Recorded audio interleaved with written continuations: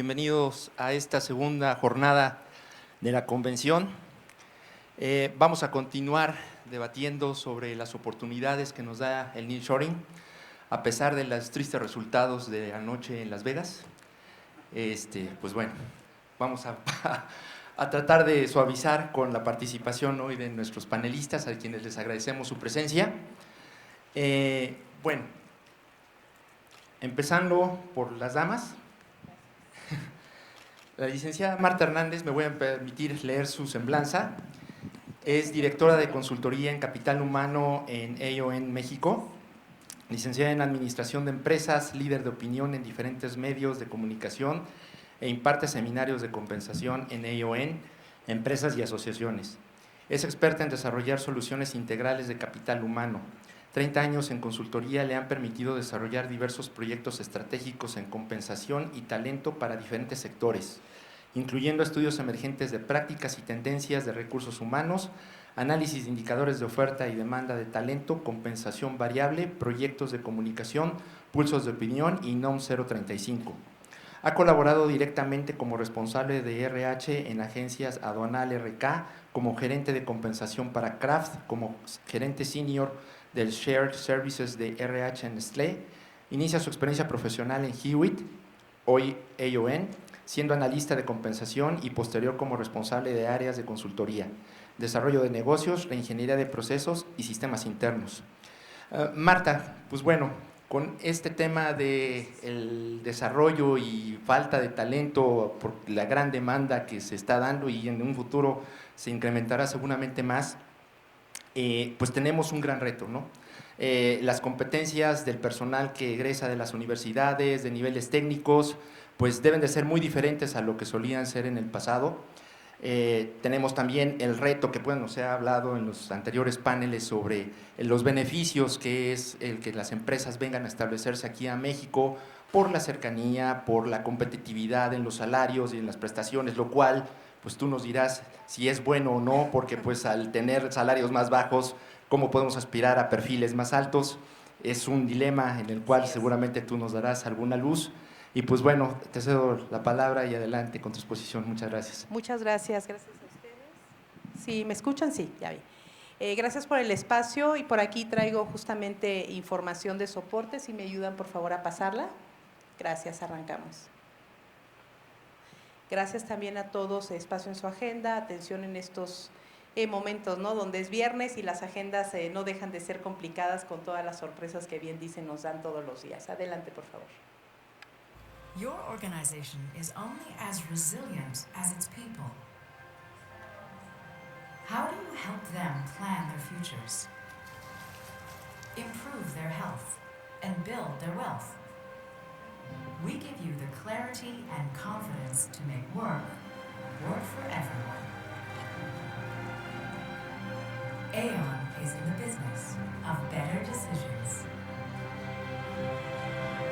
Gracias, nos vamos a la presentación, por favor, y pues el foro que tenemos aquí de colegas, esto es Aon, y un gusto compartir con ustedes puntos de vista.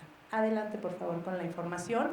Y efectivamente traemos un reto en talento adelante, por favor, dentro de las diferentes encuestas que hace Aon a nivel global. Uno de los riesgos, y lo vemos por todos lados, es el talento, ¿no? Hoy se ha agudizado. Esto no es nuevo, ¿no? Esto no es nuevo. En lo personal, me ha tocado gratamente participar en mercados emergentes hace ya cerca de 20 años con el sector de energía, hace 10 años en Bajío con sector automotriz, va y ven, ¿no? en el tema de frontera con maquilas, pero hoy tenemos buenas, ¿no? Ya vemos aquí y ustedes también lo han estado comentando.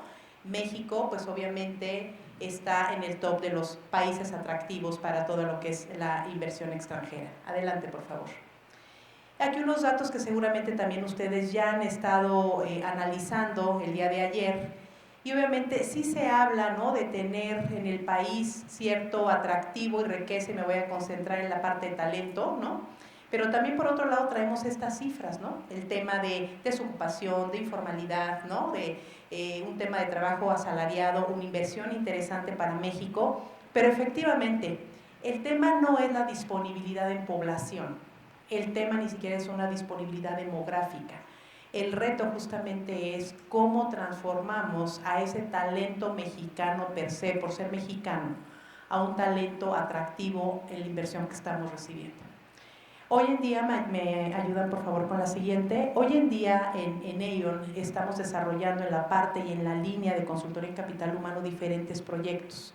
Pero cuando se viene otra vez este boom en algunas zonas o en algunos segmentos de crecimiento y donde estamos empezando a masticar el nearshoring, en donde por ahí en el norte ya suena cierta marca, pues obviamente traemos ahorita clientes que nos dicen, ok, sí quiero saber cómo viene el tema de competitividad, y nosotros le decimos que pero también tienes que entender cómo está ese desplazamiento de oferta de talento, ¿no? De dónde viene y va la gente con esas capacidades, también con disponibilidad de movilidad. ¿Cuánto tiempo te vas a tardar en capacitarla y en tratar de tenerla, no retenerla, ese término dejémoslo ya un poquito a un lado, sino de tenerla comprometida con la oferta de valor que tú le das en la organización, monetaria y no monetaria, para que te dé un ROI en un lapso de tiempo, ¿no? Cuando trabajamos con la industria automotriz, ¿no? Ciertas empresas japonesas se sorprendían de por qué la gente se iba, o sea, tema cultural, es una ofensa. Pero efectivamente el talento hoy también tiene una vista a corto plazo como el negocio, ¿sí? O sea, ellos también hacen su business case, ellos también buscan un retorno de inversión. Y si ese retorno de inversión no lo tienen a corto plazo, se van a mover. Hoy en día en el entorno laboral, y muy bien comentado, esto es el entorno, ¿no? Se agudiza esa guerra de talento, súper importante nosotros como colegas de consultoría, hacerle ver al negocio cuánto les cuesta rotar al talento, que se nos vaya voluntariamente, capacitado, medio capacitado, no capacitado, y entonces muchas veces en temas de consultoría nos cuestionan esa inversión. Traslademos la inversión en proyectos de consultoría con costos directos. Eso es súper importante. Por otro lado, también nos tenemos que, así como decimos en el área de capital humano, tu copilot es finanzas y otras áreas, aquí también tenemos que vincularnos mucho con, pues obviamente, instituciones de gobierno que se encargan de analizar estas cifras, que tienen obviamente ciertos indicadores y darnos la mano.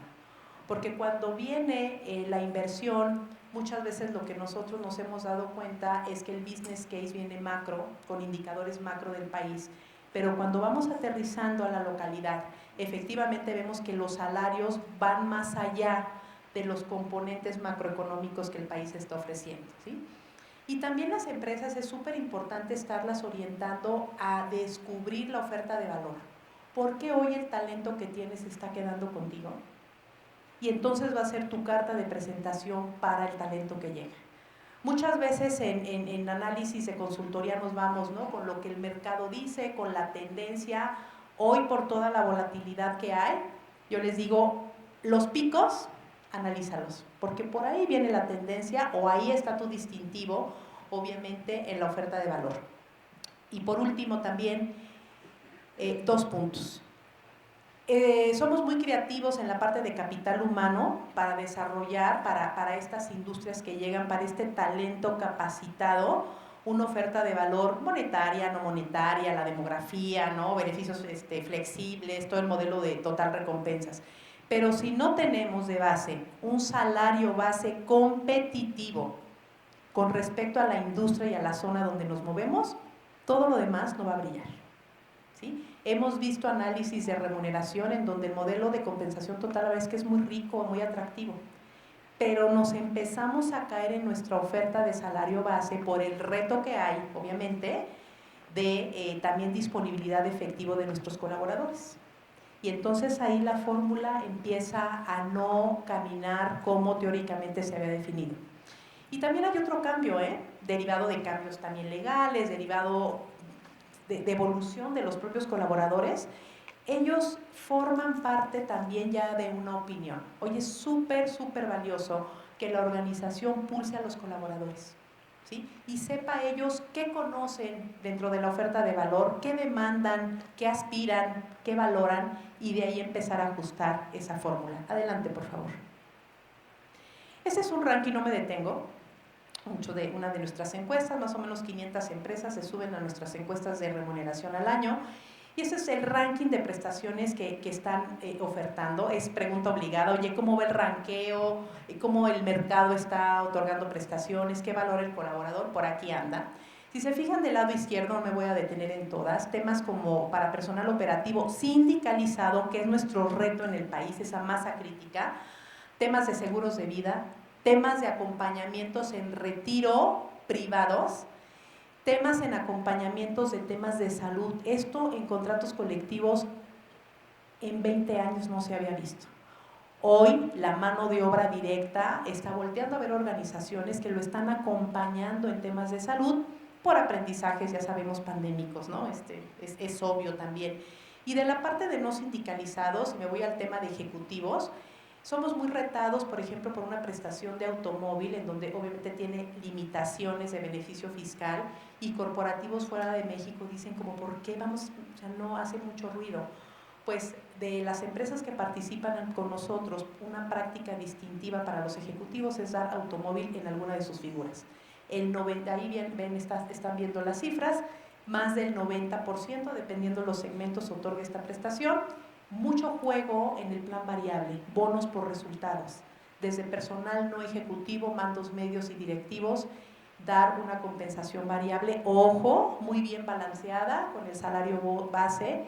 Los factores a medir en estos bonos variables han cambiado porque los negocios se han transformado, están trabajando fuertemente ahí y se están armonizando con los retos y los cambios legales que hemos recibido, desde la eliminación del outsourcing, desde el tema de vacaciones, desde el tema de reparto de utilidades. Por ahí es como la puerta en donde podemos flexibilizar. Planes de retiro privados, ¿no? Por todo el tema, obviamente, también de cultura de ahorro y de retiro. Y por último, aprendimos a flexibilizarnos. La pandemia nos ayudó a ser flexibles de un día para otro, desde el nivel operativo, que era incapaz pensar en tener una flexibilidad para el personal operativo, hasta el nivel directivo. Hoy, entonces, ya estamos abiertos y las empresas están trabajando mucho en armonizar ese paquete de prestaciones, escuchando al negocio, escuchando al colaborador, y hoy va a ser escuchando al país en la inversión que estamos recibiendo, porque también hay culturas con las que vamos a jugar. Adelante, por favor. Unos ejemplos, porque también de dónde viene la inversión, pues de la mayor parte aquí, de nuestro vecino del norte, y ayer estuvieron hablando, ¿no?, de otro tipo de países súper importantes que debemos de tener también en la mira, pero hablando de nuestro vecino del norte y de esa masa crítica que son los operativos, por aquí algunas de las prácticas que obviamente en fronteras se escuchan, los corporativos tienen cierta buena escucha, tratados, ¿no?, internacionales que nos empujan a esto. Allá el personal operativo sindicalizado, sí, por supuesto, rola turnos, ya tiene beneficios flexibles, ¿sí?, ya habla de temas de desarrollo, incluso habla de temas de bienestar, obviamente valoran el tema de entrenamiento. Adelante, por favor. Y otro reto por aquí interesante en México es el impacto del crecimiento del salario mínimo contra el incremento a los salarios del personal operativo. Obviamente llevamos una constante, van a ser 6 años de 2 dígitos de incremento al salario mínimo, los últimos del 20%, y nosotros en la industria estamos captando en Aon incrementos, voy a hablar entre el 5 y el 8%, ¿no? Promedio por ahí los dan 6-7%, traemos un diferencial importante. Esto quiere decir que para este año y el año que entra, ya los salarios de las categorías iniciales de la industria privada para personal sindicalizado está teniendo un traslap importante con el salario mínimo. Y varios están, pues obviamente, luchando por quedar poco arriba. ¿Esto a qué nos lleva? Otra vez, oferta, demanda de talento en la masa crítica y cuál es el distintivo en donde antes las empresas estaban muy por arriba de ese salario mínimo y hoy no lo están. Y sabemos también que hay un reto, un tratado internacional, el TEMEC, en donde está impulsando que esos salarios de la mano de obra directa todavía tengan mayor crecimiento. Adelante, por favor. Y coincidimos, si nosotros hacemos un pulso con el personal directo sindicalizado en México contra Estados Unidos, estas son las demandas, no cambian.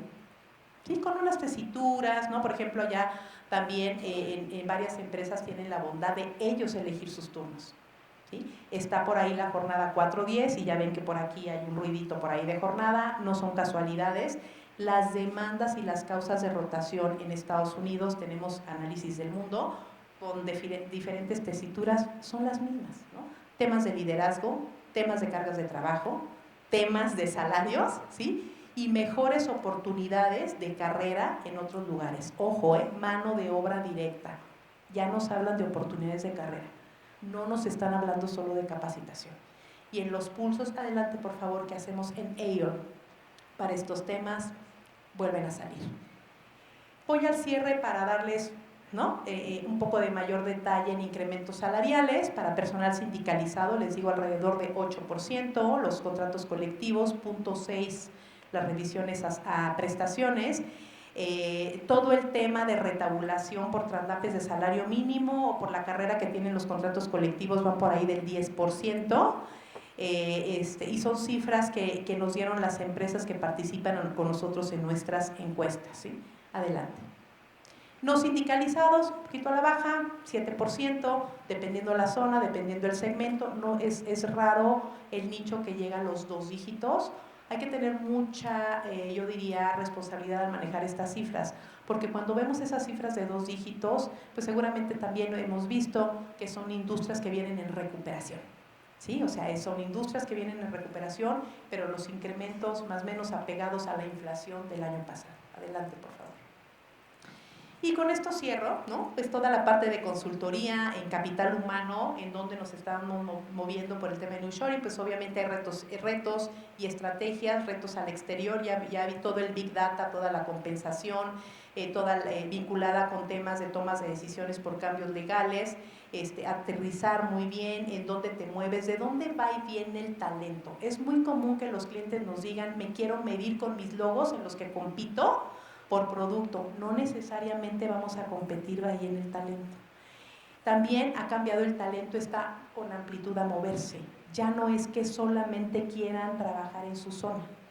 Y entonces hay que ver en dónde competimos por talento y de dónde nos conviene traer talento y que el talento va a tener una permanencia. Y al interior, pues ya les decía yo, temas de relaciones, temas de ambiente laboral, tema de percepción de la oferta del colaborador, que el colaborador conozca la oferta de cada organización y hoy obviamente está siendo pues importantísimo acompañarlos en temas de salud mental y financiera por la normativa, la 035 nos ayudó bastante, pero también por los indicadores del país. Y estrategias, por ahí no me detengo, pues monitoreos, encuestas, pulsos, nos tenemos que mover muy rápido los consultores. Y esos grandes análisis que tardaban un año en regresar, sí, pero hoy los pulsos deben de ser muchos más constantes, percibir al empleado, cruzar con el negocio, cruzar con el país, cruzar con tu corporativo, sumar también a todos estos temas, programas de bienestar, en sus diferentes vértices, ¿no? En el vértice social, en el vértice financiero, en el vértice de salud, en el vértice o en el factor, obviamente, laboral. Entonces, con todo esto, pues obviamente, firmas de consultoría como nosotros, estamos acompañando a los colaboradores. El tema que hoy nos ocupa, insisto, los análisis que estamos haciendo en capital humano van al interior, van en la parte dura de sueldos, se están acompañando por temas de indicadores de talento, lo mencionaba en un inicio, por disponibilidad de mano de obra, ¿sí? También nos están pidiendo, y por temas de costo de vida. Y costo de vida no a través de una revista, sino estamos pulsando dentro de la organización en qué y en dónde demanda el personal y hacemos estos cruces. Adelante, por favor. Y pues muchas gracias, somos Aon, Marta Hernández, un gusto de compartir con ustedes y dejo la palabra a mis colegas. Muchas gracias. Muchas gracias, Marta. Pues vaya que sí, tenemos grandes retos los consultores, como bien lo mencionas, en temas de capital humano, que usualmente solían gestionar las áreas de recursos humanos y que hoy están mutando hacia más un área de gestión humana. Y pues bueno, definitivamente el movimiento que se está dando de las empresas que vienen a establecerse a nuestro país, pues implica un gran esfuerzo también en ayuda y apoyo en temas de reformas laborales, en temas de sindicatos, que pues muchos de ellos no entienden todavía cómo se opera aquí en México, ¿no? Muchas gracias, Marta. Nuestro siguiente panelista, me voy a permitir leer su semblanza, es el maestro Eduardo de la Peña.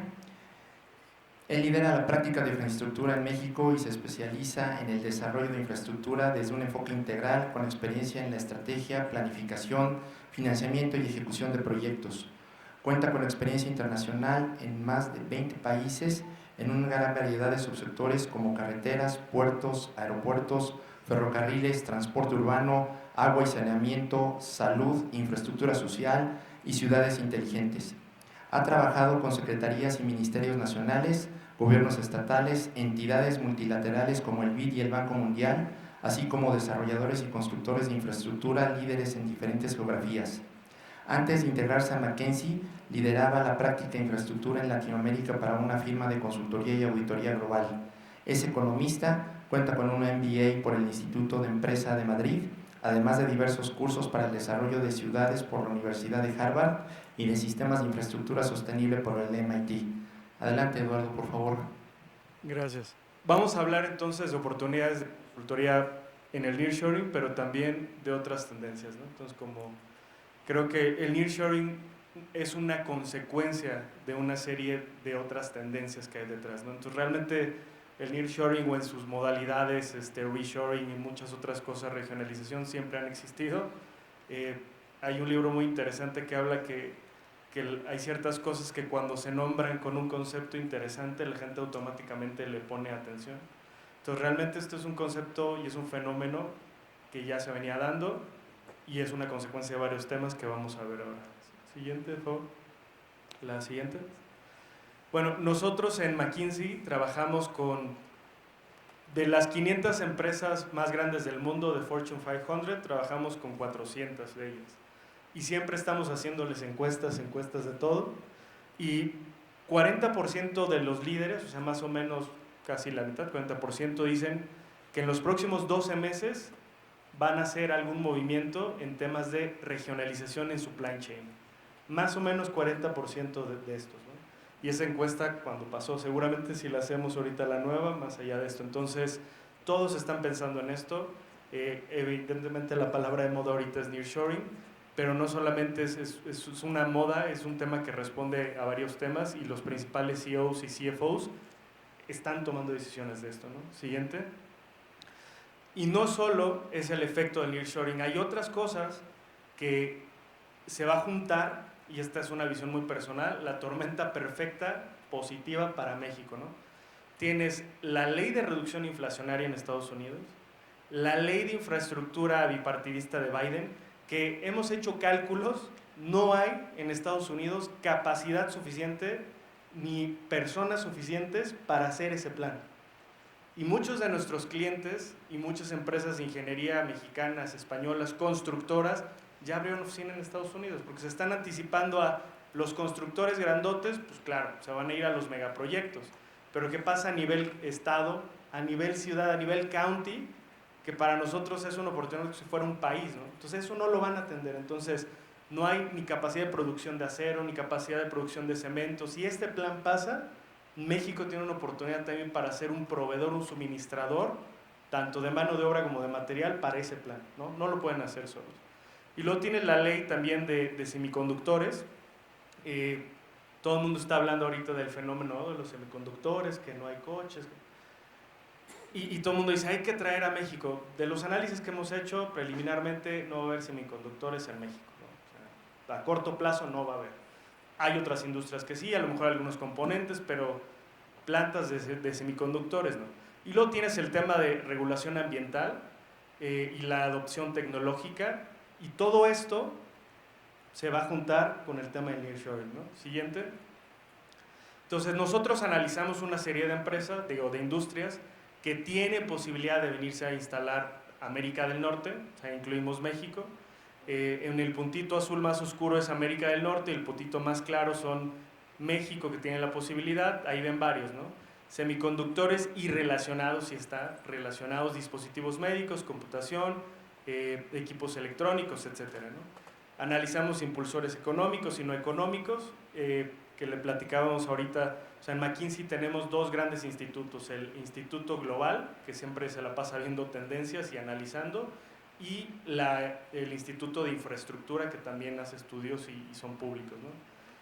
Ahora, lo que hay que hacer con esto, y lo hemos hecho, es ir un paso más allá, ¿no? O sea, dices, oye, temas médicos, ¿no? Eso no dice nada, o sea, tienes que bajar a 2 niveles, estás hablando de vacunas, estás hablando de proteínas, estás hablando de qué. Entonces, ir a la cadena concreta, eso es lo que tienen que hacer en este momento los estados, ¿no? Siguiente.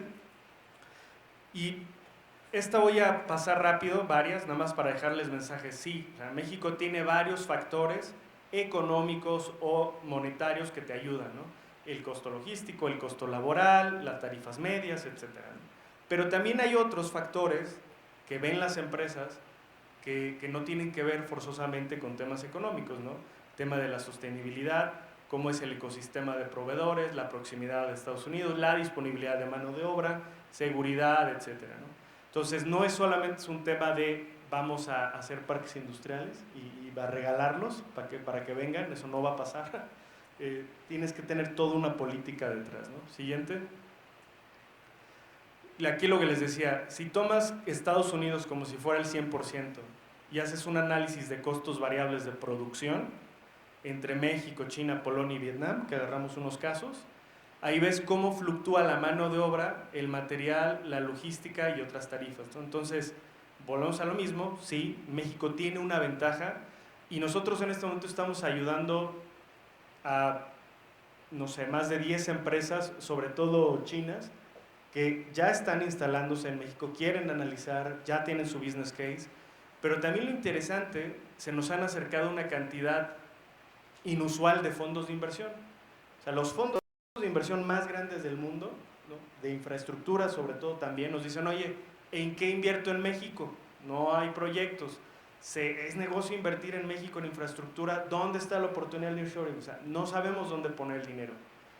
Es literalmente esto, ¿no? Entonces, ¿y esto qué pasa? Voy un paso mayor, que esto lo he platicado con varias autoridades, pues no tenemos ni una visión global de nearshoring, no hay una estrategia nacional de nearshoring, no hay una política de nearshoring.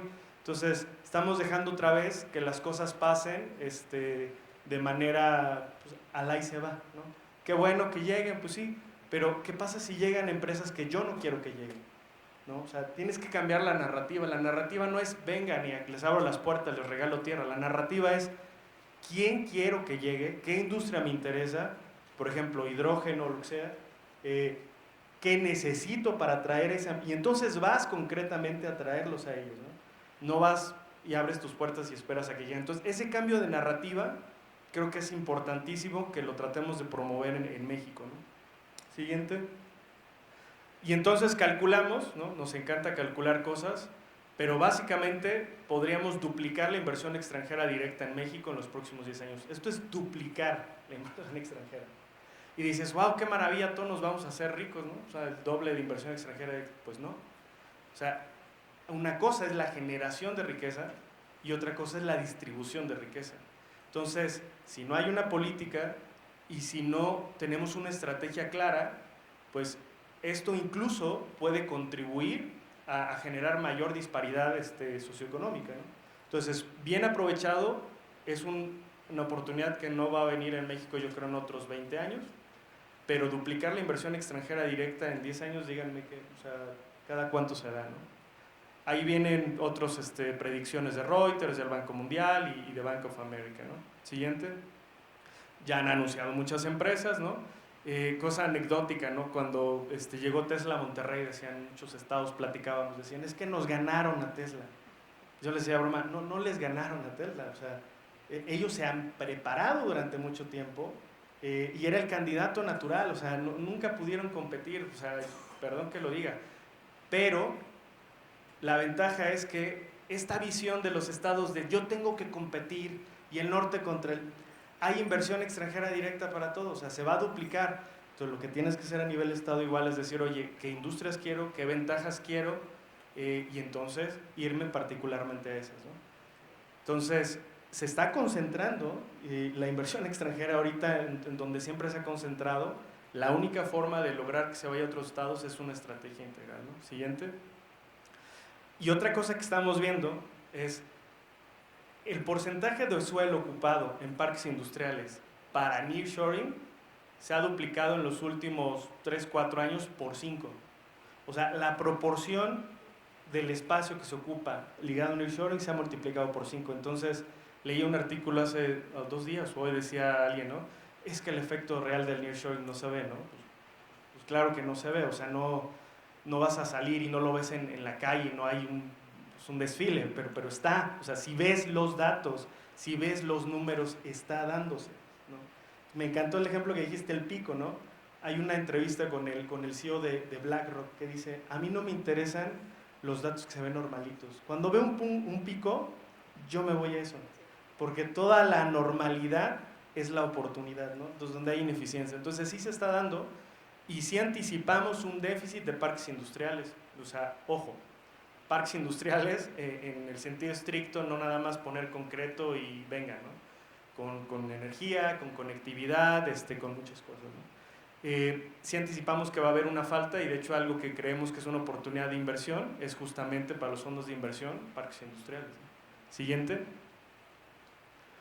Esta me la voy a pasar, pero rápido. Del lado derecho se ve entrevistas, igual dices, oye, ¿qué ventajas tienes como México? Y básicamente lo que está azul es como, es buen incentivo, pues claro, está cerca de Estados Unidos, wow, sueldos también es buen incentivo, mano de obra calificada y va, y luego infraestructura, no es un incentivo, ¿no? Claramente hay problemas de conectividad, de infraestructura, de agua, de energía, de muchas cosas. Estructura fiscal, o sea, más o menos, y lo que más preocupa, Estado de Derecho. Siguiente. Entonces, no es solamente un tema de vamos a hacer y atraer y a promocionarnos y que venga quien venga. Si quieres captar esto, tienes que transformarte en varios sectores. Adelante. Y luego hicimos un cálculo muy rápido, ¿no? Y seguramente aquí ustedes tienen mejores datos que nosotros. Siguiente slide. Pero si ves cuánto vale la industria de la consultoría en México y cuánto vale en Estados Unidos como proporción del PIB, salió algo chistoso y cruzamos estos datos varias veces, pero crecen más o menos al mismo ritmo, o sea, porque Estados Unidos es un mercado relativamente maduro y va creciendo, pero en proporción al PIB, o sea, la industria de consultoría en México, en Estados Unidos, representa el 1.2% del PIB, ¿no? Es brutal. Y en México es el 0.2%.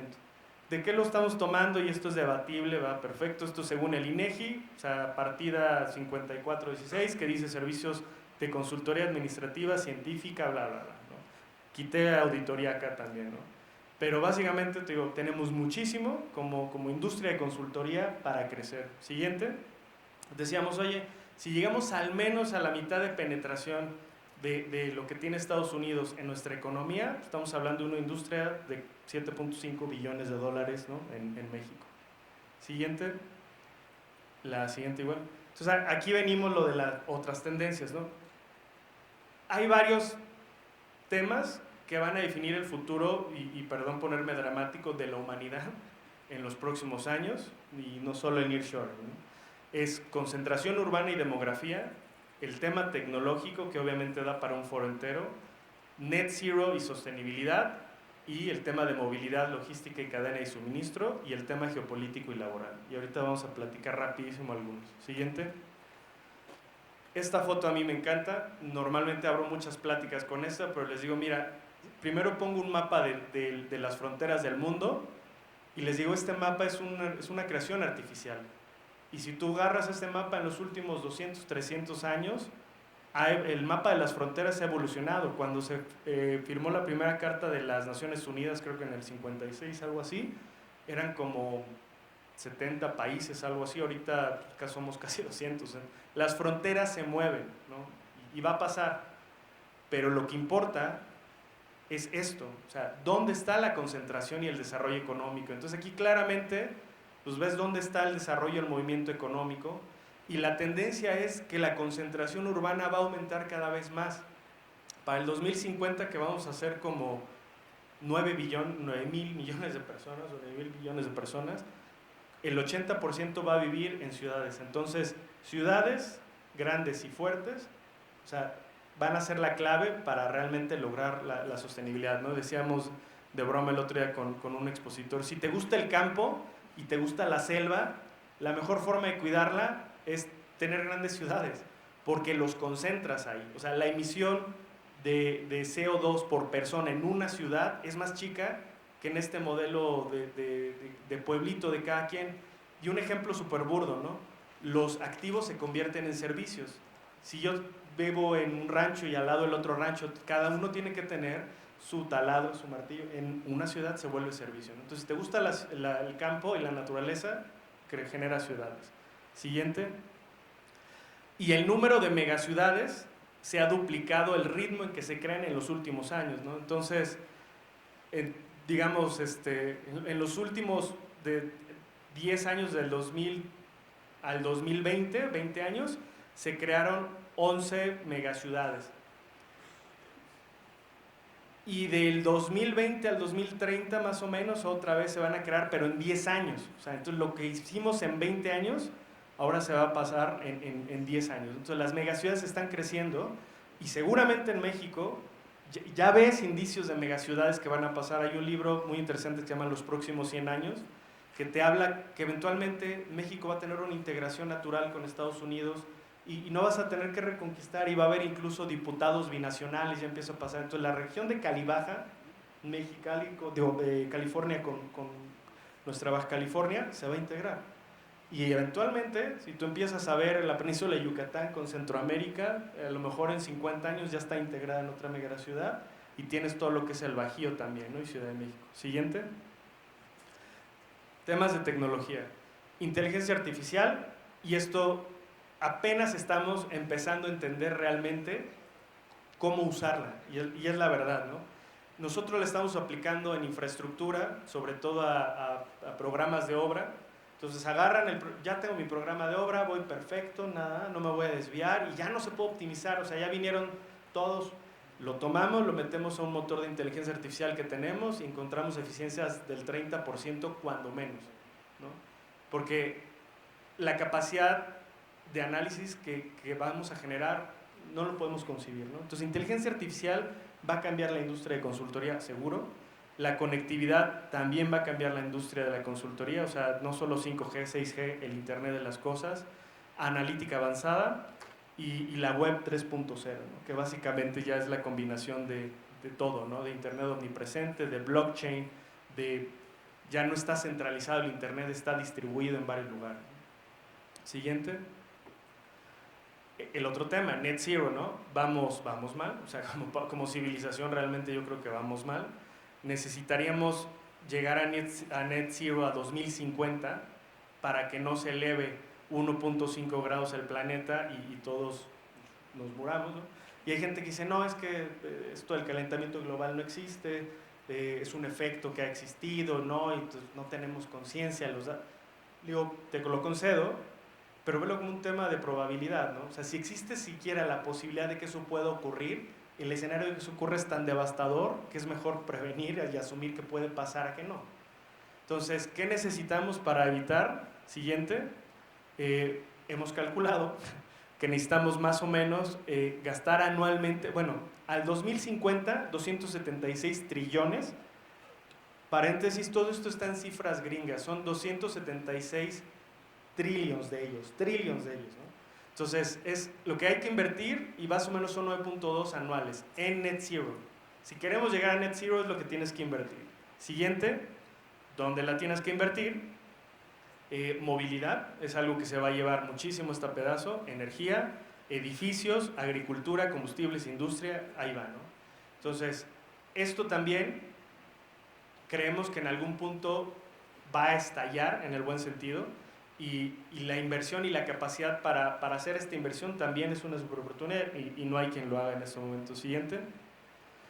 Disrupciones, ¿no? O sea, esta es una línea de tiempo, no voy a entrar en de todas las disrupciones que ha habido, digamos, en los últimos años. Cuando digo disrupciones, es guerra, es huracán, es COVID, es lo que sea.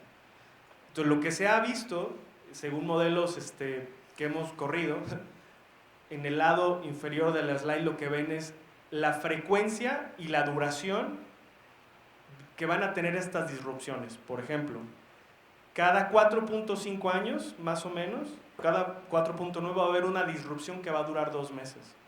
Y cada 2 años va a haber una disrupción que va a durar más o menos 1 o 2 semanas. Ahora, todo esto es acumulativo, ¿no? Entonces, estas disrupciones de cadenas de suministro que vemos, más crisis, más guerra, esto va a pasar. Siguiente. Y es aquí donde la inteligencia artificial, la analítica avanzada, te puede ayudar a anticipar. Entonces, simplemente en modelos de proyección de demanda, o sea, lo hemos hecho más eficiente en un 33%, metiendo este análisis, y el lead time con analítica avanzada para inventario se ha reducido más o menos 15 semanas, ¿no? Siguiente. Tema de movilidad. Aquí me la voy a pasar rápido porque esto daría para otro panel, pero básicamente tenemos varios temas, ¿no? Por un lado, necesitamos transformar la movilidad, pero por otro lado hay otras barreras, digamos, que nos hacen complicada esa transición. Conflictos geopolíticos, escasez, inflación, etc., ¿no? Siguiente. Me la voy a pasar esta. Siguiente. Esto es nada más una cifra de cuánto puede valer el mercado de baterías de vehículo eléctrico al 2030, que ojo, no estamos hablando de hidrógeno, que también daría para otro debate, pero el punto es, la movilidad se tiene que transformar. Siguiente. Y esta, para mí, a mí me encanta esta slide, es un poco, me costó entenderla al principio, pero si tú agarras una serie de profesiones y ves qué porcentaje las vas a poder automatizar, léanla de la gráfica más chiquita. Entonces, operadores de máquinas de coser, trabajadores de la línea de ensamblaje, etcétera, las profesiones que requieren ese tipo de habilidades se van a poder automatizar entre un 100 y un 90%. Diseñadores de productos, empleados de bolsa, agentes de viajes, técnicos de laboratorios, eso se puede automatizar entre un 80 y un 70%. También yo siempre hago esta pregunta en pláticas y digo, si alguien de aquí no sabe qué es ChatGPT y no lo ha usado, aunque sea por diversión, posiblemente están en peligro de extinción, ¿eh? Entonces, va a pasar, hay una tabla que le dice, oye, hazme un itinerario de viaje a tal ciudad de 3 días con este presupuesto, quiero hoteles de estas características, clic, 30 segundos, y dámelo en Excel, ¿no? Tabla, bro. Ya está. Luego tienes desarrolladores de software web y luego tienes diseñadores de moda y de directores ejecutivos. Eso se va a poder automatizar entre un 40, 30, 20%. Y en lo que menos se va a poder automatizar, psiquiatras, legisladores, y yo quiero pensar que los consultores, estamos ahí. Platicaba en un evento con el cofundador de Waze y yo le decía esto de broma. Le decía, oye, ¿tú crees que esta profesión va a desaparecer? Y dice, no creo. Decía de broma, siempre necesitamos a alguien a quien culpar. Pero en el fondo también siempre necesitas esta interacción. Entonces, el consultor al rato y el ingeniero va a tener pues, un kit de herramientas enorme, pero también vas a necesitar a alguien que te ayude a navegar y siempre vas a necesitar algo, ¿no? O como decía un amigo abogado, necesitas a alguien a quien demandar, ¿no? Entonces, esto va a pasar y es el porcentaje de automatización que va a haber de empleos. Siguiente. Esto es un poco más de lo mismo, o sea, son las habilidades que tienes que desarrollar, tecnológicas claramente, y luego sociales y emocionales en segundo lugar, ¿no? Siguiente. Entonces, temas, o sea, retos y oportunidades, concentración urbana, hay consultorías específicas para esto, todo lo que tenga que ver en cómo organizar ciudades, cómo gestionar los recursos de una ciudad, temas de agua. Entonces, ciudades es una gran vertiente, tecnología es una oportunidad de consultoría, yo creo que es una obligación de la consultoría el incorporar tecnología dentro de esto. Luego, todo lo que tenga que ver con sostenibilidad para llegar a Net Zero también es una gran problema. Y ojo, todas las empresas o muchas de las empresas de nearshoring que están llegando a México, de las primeras cosas que nos preguntan es cómo está el tema de sostenibilidad, ayúdame a encontrar proveedores que tengan este tema de Net Zero. Y digo, hay empresas pues, sí, que te dicen, oye, no me importa si la electricidad es renovable o no, otros te dicen, sí, lo necesito, y entonces no me puedo venir, o sea, no me da en este momento la combinación de factores, entonces no puedo venirme. La escasez, volvemos a lo mismo, temas de supply chain y movilidad, hay toda otra vertiente. Y para nearshoring en consultoría, pues hay muchísimas cosas, ¿no? Las preguntas típicas que nos hacen es, ¿dónde me instalo? ¿Por qué me instalo? ¿Dónde están los costos? ¿Dónde están los proveedores? ¿Es sostenible o no es sostenible? ¿Qué pasa con el cambio político? Pero ojo, aquí hay varios, eso es para la fábrica que se instala, pero luego tiene los fondos de inversión, lo que les platicaba, ¿no? ¿Dónde invierto? ¿En qué pongo? Hay oportunidades en México, entonces creo que hay mucha expectativa, sí hay movimiento dándose, no hay orden, y donde no hay orden hay oportunidad. Entonces yo creo que lo que sí creo que es importante, y también quiero cerrar con esto, es, sí creo que como sector es importante que nos apoyemos entre todos, ¿no? Y aquí digo, no estoy apuntando a nadie, pero he estado en conversaciones, ¿no? Cuando dicen, no, pero es que ellos no saben por qué no son ingenieros, ¿no? Y los ingenieros, todos los financieros dicen, es que los ingenieros que saben de finanzas. Ah, pero es que ellos son contadores, no, ellos no saben de esto, no son consultores. No, pues es que yo soy de España, tío, y nosotros hemos hecho así, entonces yo sé más que tú. O luego esas firmas extranjeras pues no conocen el contexto mexicano. Entonces, hablar mal de la competencia, o sea, nos friega a todos. Lo mejor que podemos hacer es, la primera cosa que respondo cuando me dicen, ¿qué nos recomiendas para venir a instalar a México? Lo primero que les digo es, asesórense localmente. Y ya decidirás con quién, ¿no? O sea, pero asesórate. Entonces, promover a la industria en general yo creo que es clave, y esto es una súper oportunidad si la aprovechamos bien. Muchas gracias. Gracias, Eduardo. Muy interesante la participación, empezando por los nombres raros, como mencionabas, llamarle de una forma novedosa a la relocalización de las cadenas de suministro. Es un nombre muy largo, por eso usamos el nearshoring, ¿no? Y pues bueno, desde luego lo que puntualiza sobre las políticas y los lineamientos que deberían de existir para tener pues el provecho que se le requeriría sacar a esta oportunidad que vivimos hoy en día. De hecho, nosotros en la Cámara estamos trabajando intensivamente en coadyuvar a la planeación precisamente de la infraestructura a nivel nacional, y pues bueno, es parte de lo que desafortunadamente nuestro país adolece, pues con temas también de suministro de energía. Hoy los 100.000 megawatts instalados, el 40% apenas es energía limpia, estamos a un 80% de la capacidad instalada pronosticada para 2030, y pues bueno, la parte del agua, que también es un factor importante, y como decías, no nada más es llegar y poner una planta industrial, sino llegarle todos los servicios. Tenemos que pues, prácticamente los estados donde se está planeando llevar la relocalización de estos complejos, pues tienen entre un 70 y un 80% del territorio de sequía, y pues del territorio nacional estamos alrededor de un 40% con problemas de sequía, ¿no? Pues esos problemas hay que resolverlos, y nos corresponde a los consultores trabajar muy duro para que eso realmente prospere. Muchas gracias. Pasamos con nuestro siguiente panelista. Me voy a permitir leer su semblanza. Él es Miguel Ángel Betín Jaraba, es ingeniero civil por la Universidad Nacional de Colombia, con 20 años de experiencia en proyectos de consultoría de infraestructura, carreteras, saneamiento básico y edificaciones en Colombia, Ecuador, Perú, Paraguay y Nicaragua. Actualmente es miembro de la Junta Directiva de la Cámara Colombiana de la Infraestructura, con la cual la Cámara Nacional de Empresas de Consultoría tiene un estrecho vínculo. Y pues bueno, sabemos que están trabajando arduamente hacia el interior del país, en el vecino país, en el hermano país, en temas de movilidad, sobre todo temas de, igual que nosotros, proyectos ferroviarios, esto que le han llamado la intermodalidad, que pues bueno, es parte también de lo que nosotros aquí en México debemos de estar impulsando.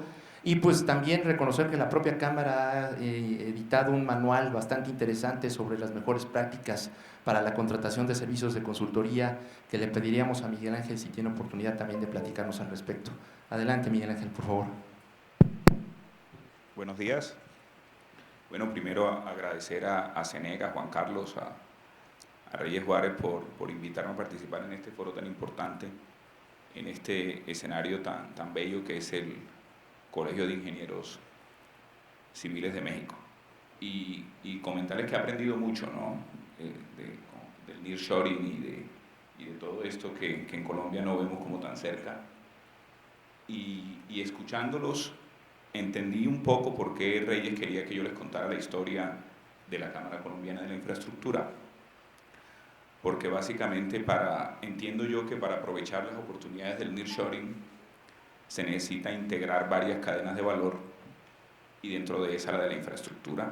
en las cuales los consultores somos una parte importante, pero que necesitamos de otros actores. Y les voy a contar un poco cómo era Colombia hace 20 años. La Cámara Colombiana de Infraestructura cumple 20 años este año y se dedica a la infraestructura principalmente de transporte. La Cámara Colombiana de Infraestructura agrupa a los actores de la cadena de valor de la infraestructura de transporte, principalmente aeropuertos, trenes y carreteras. Entonces, hace 20 años en Colombia existían 4 gremios de ingenieros civiles, básicamente. 2 de consultores, AICO, ASCOL, 1 de constructores, que era SIC, y 1 de concesionarios.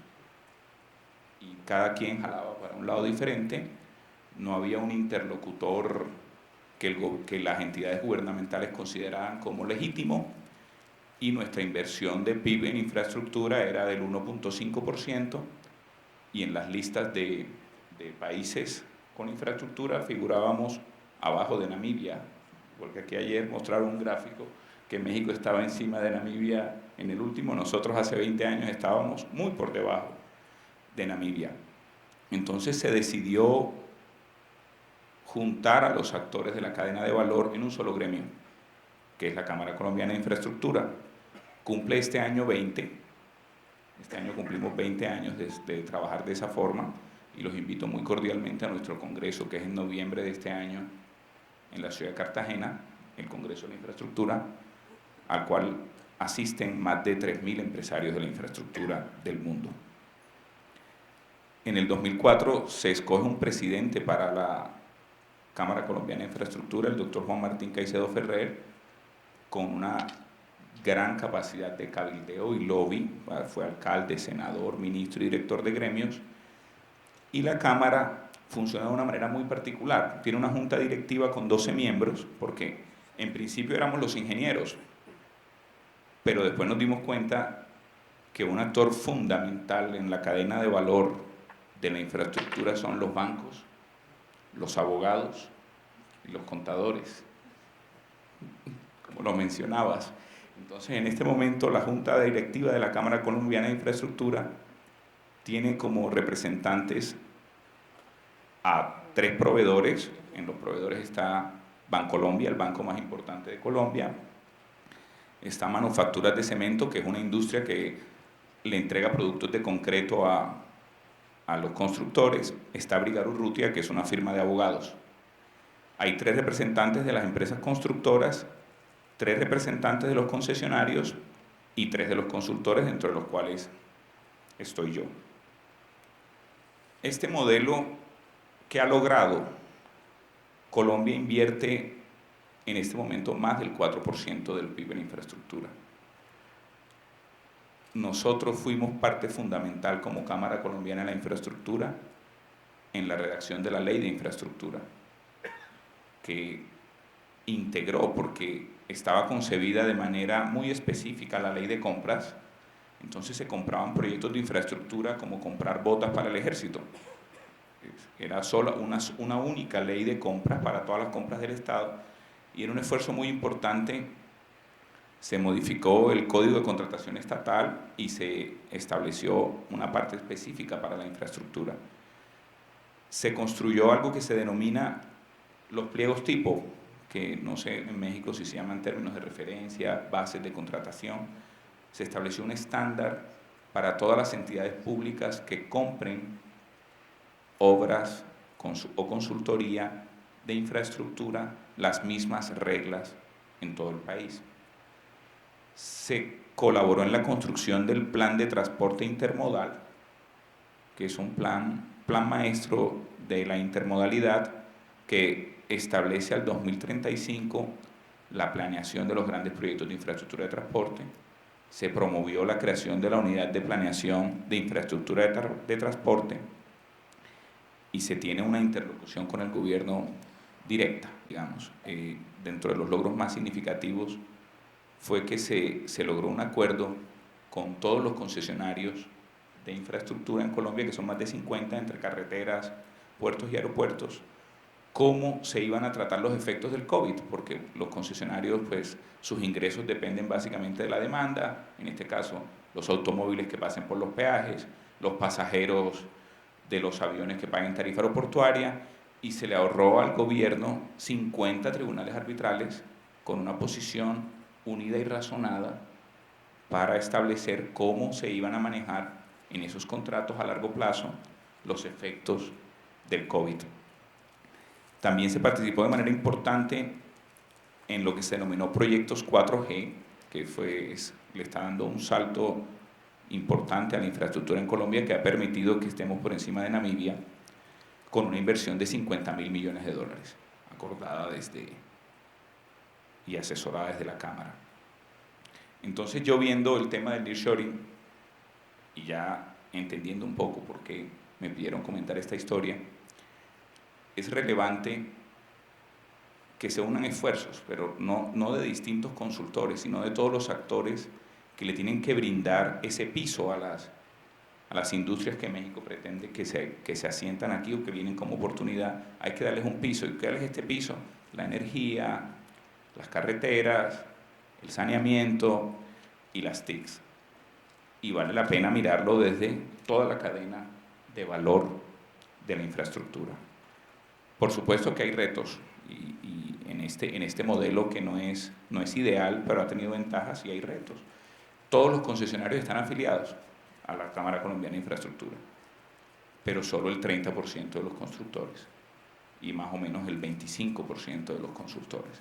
Hay un reto enorme para que representemos a toda la cadena de manera fiable, atraer a más empresas a la Cámara y continuar con la interlocución con el Estado, que siempre es difícil. En cambio, el gobierno, ser entendido como un interlocutor que representa realmente los intereses del país en la infraestructura y no de los afiliados, que es un reto permanente de los gremios y los agremiados.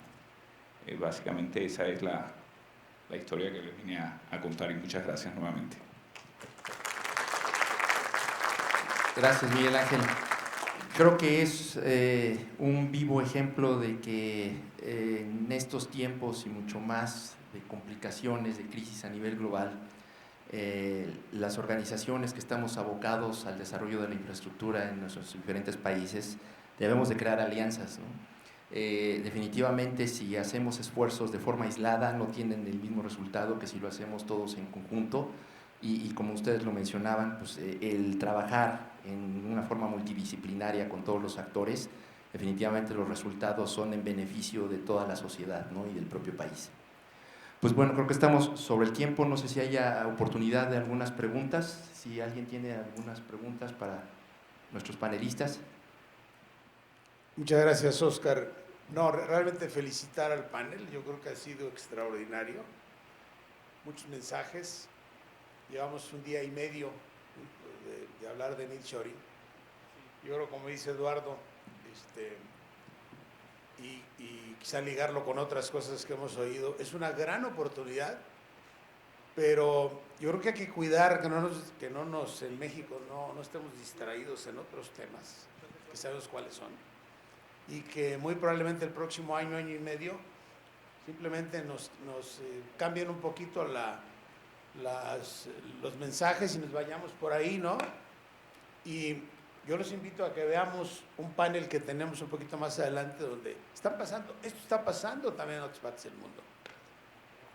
Esto no es una única oportunidad para México. Hay que ponernos las pilas si es que queremos hacer, pero tampoco se nos va a ir la oportunidad, porque el mercado lo tenemos ahí al lado. Los americanos van a seguir siendo, y más si se siguen peleando con los chinos, la economía del mundo. Pero los retos que tenemos son retos que vienen antes de la pandemia, y es una gran oportunidad, un gran escaparate al que nos podemos subir, pero los desafíos son tremendos, ¿no? En recursos humanos, en infraestructura, en colaboración. Yo creo que lo que comenta Miguel Ángel, esa ha sido un poco la preocupación. Yo veo muy difícil que en México podamos hacer una sola cámara de la infraestructura, pero sí podemos sumar esfuerzos. Lo que algunas veces hemos dicho aquí, hagamos un Consejo Mexicano de la Infraestructura, no vamos a hacer una cámara, y ahí él nos ha contado y hemos visto en otros lados, ¿no? Los egos a veces no permiten hacer cosas de este tipo. Pero si los intereses nacionales están por encima, creo que todos debiéramos ceder espacios, esfuerzos, en miras de poder hacer algo mejor. Lo importante es México. La planeación, largo plazo, interacción con los americanos, con el resto del mundo. Y creo que estamos en una magnífica oportunidad, pero que no nos desviemos y que las circunstancias de las elecciones no nos distraigan de lo importante que es no perder el rumbo en la competitividad, en seguir invirtiendo, en hacer mejor toda la cadena y todo el gremio de la infraestructura. Eso es lo que quería decir y los felicito a todos los participantes. Voy a leer, Eduardo, con mucho interés tu presentación. Creo que hay mensajes interesantísimos para todos nosotros. Marta, muchas gracias. Miguel Ángel, muchas gracias por la participación. Oscar. Muchas gracias. ¿Alguien más que tenga alguna pregunta? ¿Qué tal? Buenos días. Miguel Alberto de Fue Ingeniería. Igual felicitar al panel por sus excelentes exposiciones. Aquí mi pregunta sobre el nearshoring es sobre la planeación. Hay muchas cosas que están ocurren siempre en el mundo y los avances de cómo debería de conducirse la infraestructura. Sin embargo, a veces nuestro gobierno reacciona demasiado lento. Hablaban precisamente sobre las legislaciones, que no hay una planeación. Todo esto a lo mejor es algo que deberíamos de precisamente la rama de la consultoría, pues dar precisamente ese paso, ¿no? Igual cómo generarlo, cómo generar esa planeación. Muchas veces esa planeación se queda aislada, no se toma en cuenta. Hay empresas que sí lo generan por su lado. ¿Cómo realmente tener una planeación a nivel país para que estas nuevas creaciones tengan ese efecto o se puedan llevar a cabo? ¿Dónde se puede dar el primer paso para que realmente esto tenga una planeación y tenga un resultado a futuro? Y siguiendo a lo mejor lo que comenta el doctor Reyes, pues ahí está y ahí va a seguir estando. Pero ¿cómo realmente llegar a una planeación para que esto se pueda dar aquí en México y tenga un resultado efectivo? Y mira, yo creo que hay como dos piezas, ¿no? O sea, lo que se puede hacer, y luego te hablo un poco del tema de planificación, porque yo creo que la forma de ver la planificación también ya cambió, ¿no? Entonces, muchas de las piezas de qué podemos hacer, creo que las tenemos claras. Si yo en foros, desde hace 15 años como que se viene hablando lo mismo y a veces hasta digo, oye, vamos a hablar de lo mismo, yo creo que al doctor Reyes le va a aburrir más que a mí, porque ya lo sabemos, o sea, es romper planificación transeccional, o sea, que no esté ligada con temas políticos, eso es clave, que la planificación de la infraestructura sea relativamente autónoma, ya sea crear una agencia o lo que sea de infraestructura. Digamos, esos son como dos piezas para mí indispensables, ¿no? Y platicaba con alguien igual un amigo de una banca y veíamos el caso de Colombia. Yo he hecho proyectos en Colombia, yo creo que lo que ha hecho Colombia es admirable. Y decíamos, lo que se le recomendaba a Colombia hacer hace 20 años, lo hicieron, y nosotros seguimos tratando de hacer lo que le recomendamos hace muchos años. O sea, antes, hace 20 años, 15 años era, mira, te contamos lo que se hace en México para que ustedes puedan ver, y lo hicieron, ellos sí lo aplicaron. O sea, tienen la ANI, o sea, tienen un Departamento Nacional de Planeación, está descentralizado, no es ligado directamente al cambio de gobierno, ¿no? Entonces, si me dices dos cosas, para mí indispensables serían romper la planificación, o sea, de ligarla al ciclo político, o sea, que sea transeccional, y luego tener un ente de alguna forma independiente que vea la visión integral, ¿no? Y ahora te contesto un poco de planificación. También, y esto es una visión personal, yo creo que esta planificación de el plan estratégico a 2060, al 2080, eso ya no existe, ¿no? O sea, antes se hacía mucha planificación viendo hacia futuro, ¿no? O sea, el plan de 20 años. Entonces aquí dijimos hace 20 años que teníamos que hacer esto, ya la planificación a horizontes tan largos ya no aplica, porque precisamente hay tantas fuerzas cambiando los escenarios, que necesitas hacer replanteamientos cada 3, 5 años, y 5 años a lo mejor es largo, ¿no? Un ejemplo tonto, pero o sea, la curva de adopción, la curva de adopción de ciertas tecnologías es mucho más rápida, ¿no? Una tontería. Facebook tardó creo que 5 años en llegar a 100 millones de usuarios y luego fueron bajando. ChatGPT llegó a 100 millones de usuarios en menos de un mes. Entonces, ya no puedes tener esta planificación de largo plazo. Lo que creo que debemos hacer es tener una visión, eso sí, una visión de largo plazo de qué tipo de país quieres ser. Y hay un libro que yo creo que todos los que nos dediquemos a infraestructura y a desarrollo lo tendremos que leer, que es el del fundador de Singapur, que se llama Lee Kuan Yew, y habla y se llama del tercer país a primer mundo, ¿no? Y es magistral lo que hace. El otro día di una plática en Mérida y les hacía una curva que en el 60 el PIB per cápita de Mérida era mucho mayor el de Singapur, ¿no? Y de repente ves cómo la curva explota y el de Mérida sigue igual, ¿no? Una tontería. Pero este señor y un grupo de gente tuvo una visión de qué querían del país. Y yo creo que a veces a México nos falta una visión. Entonces, a veces sufrimos de una falta de definición de personalidad o vocación o personalidad múltiple. Ahora queremos nearshoring. No, ahora queremos turismo y pueblos mágicos. No, es que ahora queremos manufactura. O sea, no, vamos a ser el país petrolero. Soberanía energética. Entonces andamos por todos lados definiendo lo que queremos ser y no hay una visión. Podemos ser muchas cosas, sí, pero tienes que tener una visión clara del tipo de país que quieres ser, en qué quieres competir. Tienes que ser honesto. No sé si se acuerdan cuando empezó todo el tema de renovables y turbinas eólicas y se empezaron a poner los parques en Oaxaca y ¿qué dijeron? Vamos a hacer aerogeneradores mexicanos, ¿no? Y se gastó nunca, perdón que lo diga, vas a competir contra Vestas, contra estas, y no necesitas competir digamos, querían competir en las aspas, que es una de las partes más delicadas porque tienes que hacer simulaciones. Compite en otra cosa, ¿no? Entonces, sé honesto con lo que eres, ve la visión de país que quieres tener y entonces haz planes ahora sí cada cierto tiempo y los vas actualizando, ¿no? Entonces, yo te diría esas dos cosas, o sea, la agencia o entidad independiente, romper el tema transeccional y tener esta visión integral, no solamente de puertos por un lado, carreteras por un lado, como lo hicieron, y para mí es visión a largo plazo, pero planes más corto plazo actualizados. Gracias. Yo creo que aquí lo dejaríamos por cuestión de tiempo. A ver, adelante, Miguel Ángel. Yo pues, de pronto muy ingenieril, ¿no? Pero si tú les preguntas a todos los ingenieros del colegio en México o en Colombia, todos saben qué proyectos se necesitan. O sea, aquí y en Colombia y en España y en Argentina y en cualquier parte del mundo, todos sabemos que se necesita hacer el transísmico. En Colombia todos sabemos que necesitamos hacer el metro de Bogotá. Lo que hay es que diseñarlos, ponerles números y un cronograma. Hay que tomar la decisión de la inversión de recursos importantes estructurados de manera adecuada y empezar a diseñar, que dejen de ser garabatos en una hoja y pasen a ser perfil de proyecto y empezar a hacerlos. Es la decisión de hacerlos.